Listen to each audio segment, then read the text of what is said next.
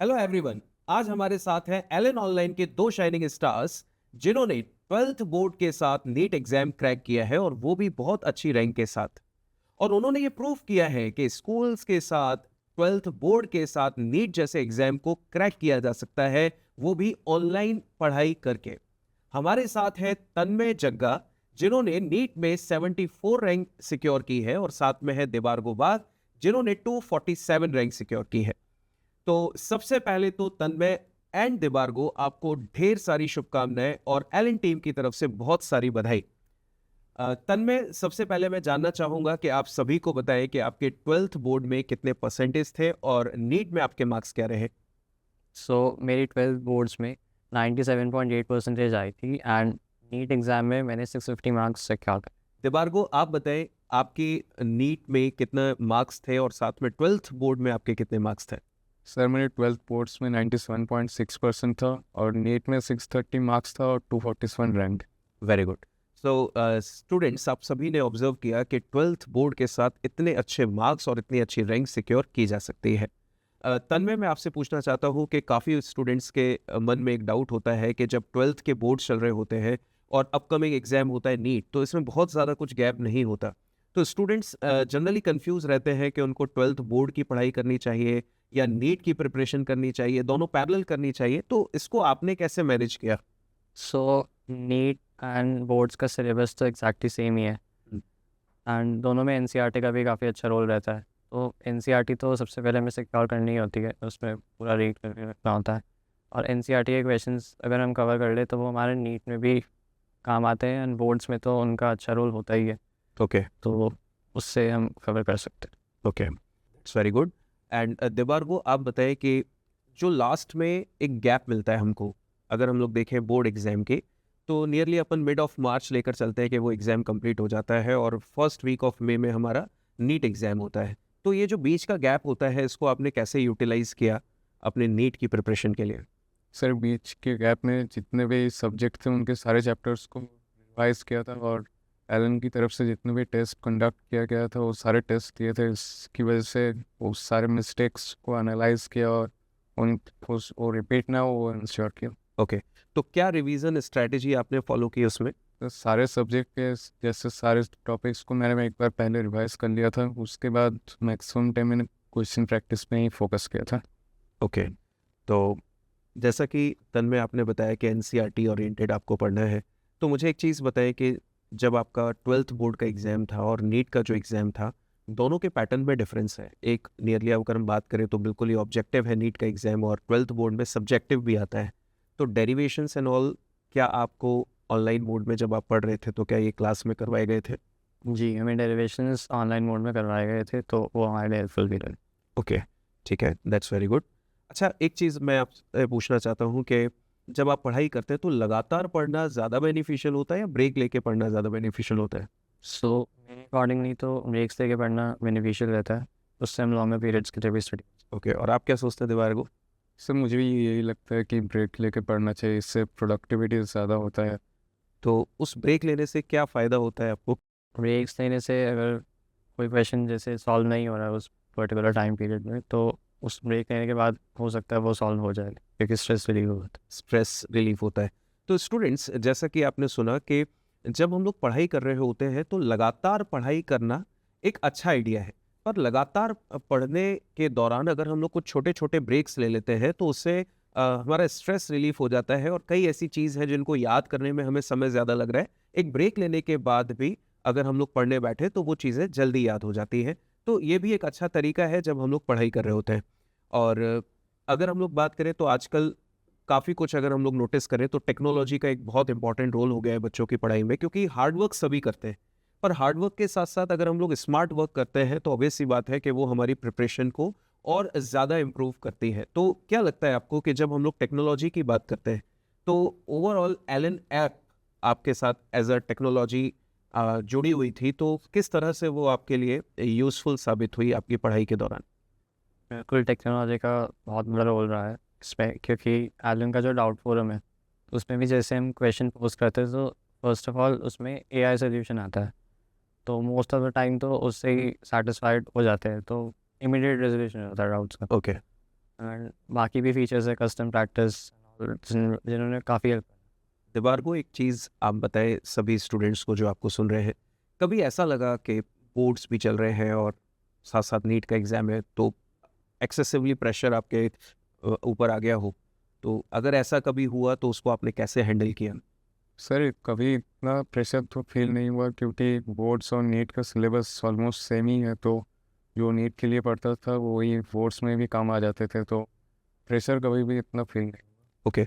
और क्या आप बता सकते हैं, जैसा आपने बोला कि प्रेशर आपको कभी फील हुआ नहीं, तो क्या इसके पीछे रेगुलर स्टडीज़ कारण रही कि आपको कभी इस तरह का प्रेशर आया नहीं, आप टाइम टू टाइम सारी चीज़ें करते थे? सर मैं क्लास के साथ ही वो पूरा टॉपिक कंप्लीट कर लेता था और वो सारे क्वेश्चंस भी प्रैक्टिस कर लेता था, इसकी वजह से कभी एक टाइम में ज़्यादा प्रेशर फील नहीं। ओके। अगर मैं फिज़िक्स ओरिएंटेड बात करूँ, तो फिज़िक्स में बच्चों को जनरली लगता है कि सर थोड़ा सा टफ सब्जेक्ट है, क्वेश्चंस थोड़े से कॉन्सेप्चुअल होते हैं या कैलकुलेटिव होते हैं। तो फिज़िक्स को पढ़ने का तरीका आपने क्या फ़ॉलो किया? मतलब कैसे आपने तैयार किया कि फिज़िक्स ऐसे पढ़ना चाहिए? आपकी क्या स्ट्रैटेजी रहती थी? सर जैसे क्लास में जो भी टॉपिक पढ़ाया जाता था वो क्लास में पूरा फॉलो करता था, क्लास में जितने भी क्वेश्चंस करवाए जाते थे वो सारे क्वेश्चंस करता था, और उसके बाद जो भी मॉड्यूल्स और एडिशनल मटेरियल्स है उन सब के क्वेश्चन सॉल्व करता था। अगर कोई भी डाउट आता था तो टीचर से या डाउट फोरम में पूछ लेते थे, इसकी वजह से फिज़िक्स मेरा क्लियर था हमेशा। ओके। एंड तन्मय, आप बताएं कि जब आप फिज़िक्स पढ़ते थे तो आप क्या स्ट्रैटेजी फ़ॉलो करते थे? सो फिज़िक्स में जैसे क्लास में बताते थे तो साथ के साथ जो भी फार्मूलाज हमें बताते थे तो मैं एक फार्मूला शीट बना कर रखता था एंड उसे रिवाइज करता था। एंड जो भी मॉड्यूल के क्वेश्चंस होते थे उसे सेम डे सॉल्व करता था। एंड जो एड ऑन लिटरेचर होता था, रेस चैप्टर जब एंड हो जाता था या फिर जब टीचर बोलते थे तो उसमें से उस पर्टिकुलर चैप्टर के क्वेश्चन सॉल्व। सो स्टूडेंट्स, एक खास बात जो हमने देबार्गो और तन्मय दोनों से सुनी कि रेगुलरली जब आप लाइव क्लास अटेंड करते हैं तो लाइव क्लास में जो चीज़ आपको पढ़ाई जाती है, अगर आप उसको टाइमली कंप्लीट कर देते हैं या क्लास के साथ ही आप उसको कंप्लीट कर लेते हैं, तो जो रिमेनिंग टाइम होता है उसमें आप क्वेश्चन प्रैक्टिस करके अपने सब्जेक्ट को इम्प्रूव कर सकते हैं। दैट मीन्स लाइव क्लास की अपनी एक इंपॉर्टेंस है। लाइव क्लास के साथ आपके कोई बैकलॉग इकट्ठे नहीं होते, टाइम टू टाइम आपकी चीज़ें रिवाइज हो जाती हैं। अच्छा, जब बात रिवीजन की आती है देबार्गो, तो कभी ऐसा हुआ कि आपकी कोई क्लास मिस हो गई हो किसी कारण की वजह से? जैसा आपने बताया आप स्कूल गोइंग स्टूडेंट हैं, तो कभी किसी कमिटमेंट की वजह से स्कूल में प्री बोर्ड्स होते हैं, उन एग्जाम्स की वजह से आपकी क्लासेस मिस हुई, और अगर वो क्लास मिस हुई तो फिर आपने उनको कैसे कवर किया? सर अगर कभी कभी स्कूल में एग्ज़ाम्स रहते थे या फिर जब कभी हेल्थ इश्यूज हो जाते थे तब क्लासेस मिस हो जाते थे, लेकिन मैं ट्राई करता था कि उनको जल्दी रिकॉर्डिंग से वो कवर कर लूँ ताकि कोई बैकलॉग ना बना रहे। अगर आपसे बोला जाए कि स्टूडेंट्स को एडवाइस कीजिए कि रिकॉर्डिंग ज़्यादा प्रेफरेबल है या लाइव क्लास, तो क्या बोलना चाहेंगे? फिर लाइव क्लास ज़्यादा प्रेफरेबल है क्योंकि वहाँ पे अगर कोई डाउट क्लास के दौरान आता है तो क्लास में ही सॉल्व हो जाता है और ज़्यादा इंटरेक्टिव रहता है लाइव क्लास। ओके। तन्मय, मैं आपसे पूछना चाहता हूँ कि स्कूल के साथ नीट क्रैक करना अपने आप में एक बहुत ही अ, शानदार परफॉर्मेंस है, इसको बोल सकते हैं। तो कैसा रूटीन आपका रहता था?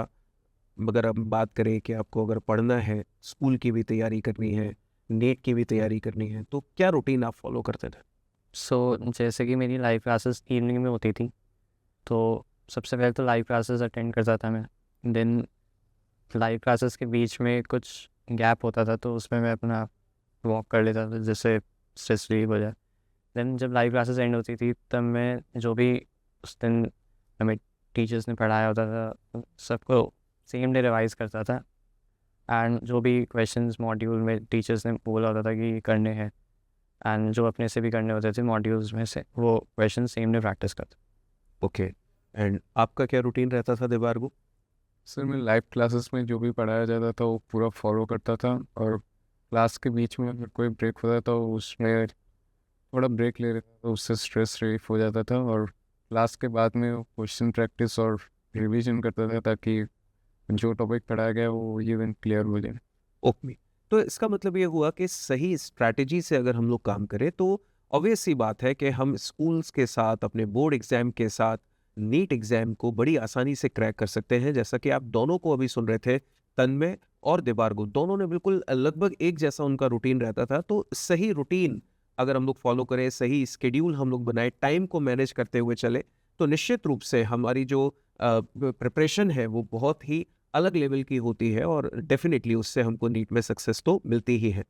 तो मैं कह सकता हूँ कि अगर हमारी प्लानिंग सही हो, सही गाइडेंस मिले, तो एग्ज़ाम चाहे बोर्ड का हो, चाहे नीट का एग्ज़ाम हो, चाहे ये कंबाइन हो, इनको आराम से हम लोग क्रैक कर सकते हैं।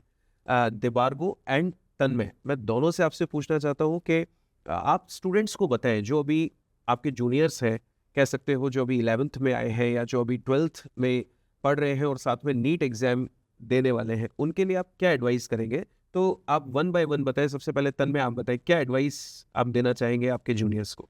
सो मेरी एडवाइस यही रहेगी कि सबसे पहले तो लाइव क्लासेस मिस ना करें। अगर हेल्थ इश्यूज़ की वजह से या फिर किसी और रीज़न से मिस हो भी जाती है तो सेम डे उन्हें देख ले रिकॉर्डिंग से, एंड जो भी टीचर्स कहते हैं उसे फॉलो करें मॉड्यूल्स में से, एंड जो भी एड ऑन लिटरेचर्स होते हैं उनमें से क्वेश्चन प्रैक्टिस हमें रेगुलरली करनी होती है, जिससे हमारी प्रैक्टिस बनी रहे एंड हमारा रूटीन बिल्कुल स्मूथली रन कर सके। ओके। एंड देबार्गो आप क्या कहना चाहेंगे आपके जूनियर्स को? सर मैं ये कहूँगा कि वो उनकी टीचर्स को फॉलो करे और जो भी लाइव क्लासेस में पढ़ाया जा रहा है वो उसी दिन वो क्लियर कर ले, और ट्राई करे कि कभी वो बैकलॉग्स में कोई चैप्टर ना जाए। अगर कभी कभी चला भी जाता है तो उसी दिन वो जल्दी से जल्दी उसे क्लियर कर ले और अपने टीचर्स को फॉलो करे, और इनसे उनका सिलेक्शन हो जाए। बैकलॉग से एक बात याद आ रही है, मानकर चलिए कि आपका एक चैप्टर छूट गया है, तो क्या आप ऐसा ट्राई करते थे कि एक ही दिन में वो कवर हो जाए या उसको कुछ पार्ट्स में डिवाइड करके कवर करते थे? नहीं, एक ही दिन में अगर हम वो चैप्टर कवर करेंगे तो जो उस दिन की लाइव क्लास होगी वो भी मिस हो जाएगी, तो वो बैकलॉग इंक्रीज ही होता जाएगा। तो मैं पार्ट्स में डिवाइड करके उसे प्रेफर करता था। Okay.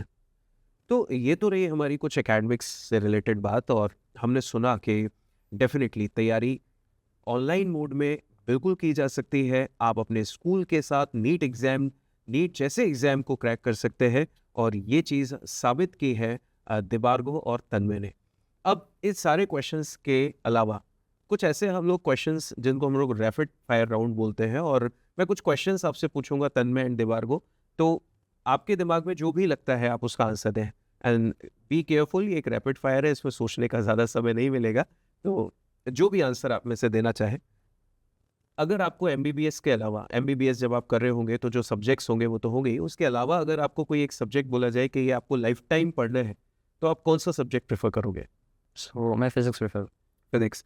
And the same question with you Debargho, आप क्या प्रेफर करेंगे अगर लाइफ टाइम एक सब्जेक्ट आपको पढ़ने के लिए दिया जाए अपार्ट फ्रॉम एमबीबीएस? मैं भी फिजिक्स प्रेफर।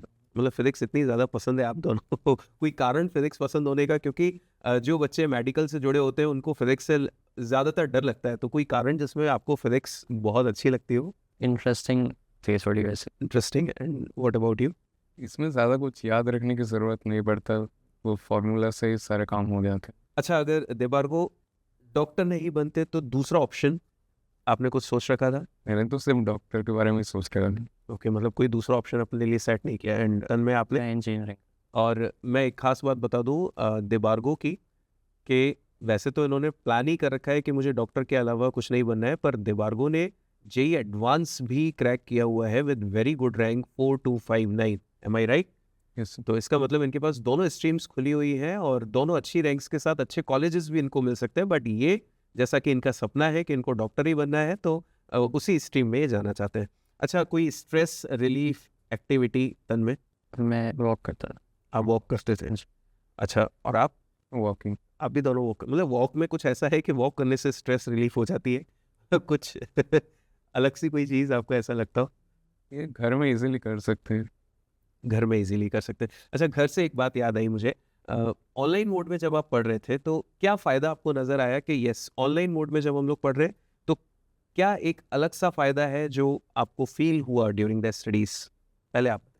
सर इसमें ट्रैवलिंग में कोई टाइम नहीं लगता, और अगर कोई भी कभी क्लासेस मिस हो जाए तो उनकी रिकॉर्डिंग्स भी मिल जाती है, तो उनको भी हम क्लियर कर सकते हैं। ओके, एंड तन में आप क्या सोचते हैं? ट्रैवल टाइम तो सेव होता ही है, एंड फैमिली का भी मॉरल सपोर्ट मिल जाता है अगर कभी low feel. Okay, very good.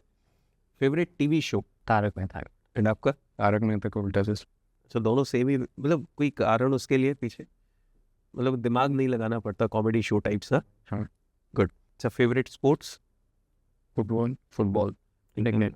Cricket खेलते हैं आप? हाँ जी। समय निकाल पाते हैं? अब तो समय ही है वैसे। अब तो समय, पर ड्यूरिंग द स्टडीज कैसे समय निकाला? हाँ, संडेज में एंड वैसे ओके, क्रिकेट से favourite player Virat. And team? Obviously India. And football में आपका कोई फेवरेट प्लेयर? सर कोई फेवरेट प्लेयर नहीं है। ओके, ऐसी टाइम पास देखते हो। गुड। अच्छा, आपको कोई सुपर पावर मिले तो कौन सी पावर ऐसी होगी जो आप लेना चाहेंगे? सर कहीं भी ट्रैवल कर सकते। कहीं भी ट्रैवल कर सके। एंड तन में आप फर्स्ट रीडिंग में ही सब लर्न होता फर्स्ट रीडिंग में ही सब कुछ याद हो जाए। Good. Study time, best study time 3 AM या 11 PM? 11 PM। And you? है। 11 PM, मतलब मॉर्निंग में उठना ज़्यादा अच्छा नहीं लगता है, नींद पूरी होनी चाहिए। हाँ।